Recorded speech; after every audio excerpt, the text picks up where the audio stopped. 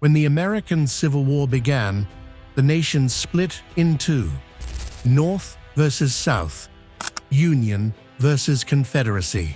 But between them lay a dangerous gray zone: the border states. They allowed slavery, yet refused to join the Confederacy. So why didn't they leave? The answer decided the fate of the war itself. Before we begin, hit like and stay to the end, because this story changes how the Civil War is usually understood. The border states were Missouri, Kentucky, Maryland, and Delaware. Slave states, but still part of the Union. They sat on the fault line between North and South, where loyalty, identity, and survival collided. If even one of them had joined the Confederacy, the balance of the war could have shifted overnight. Slavery mattered, but it wasn't everything. The economies of the border states were tied to the North: railroads, trade, industry, and banking. Geography sealed their fate.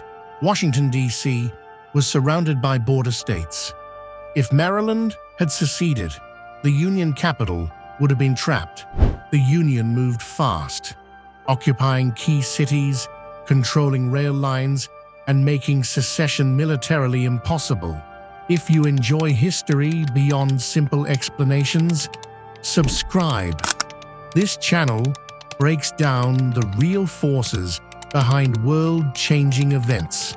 These states were internally split. Families, towns, even brothers fought on opposite sides.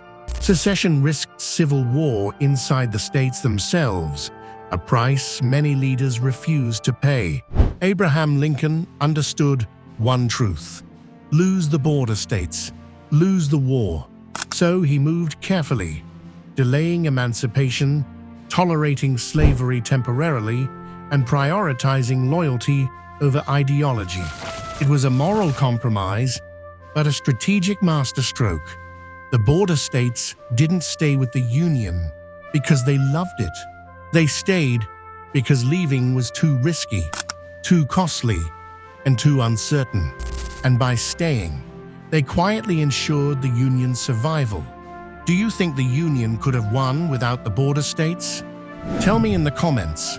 I read them all.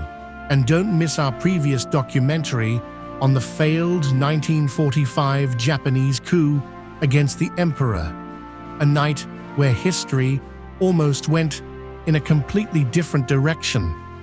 Tap the video on screen and continue the journey.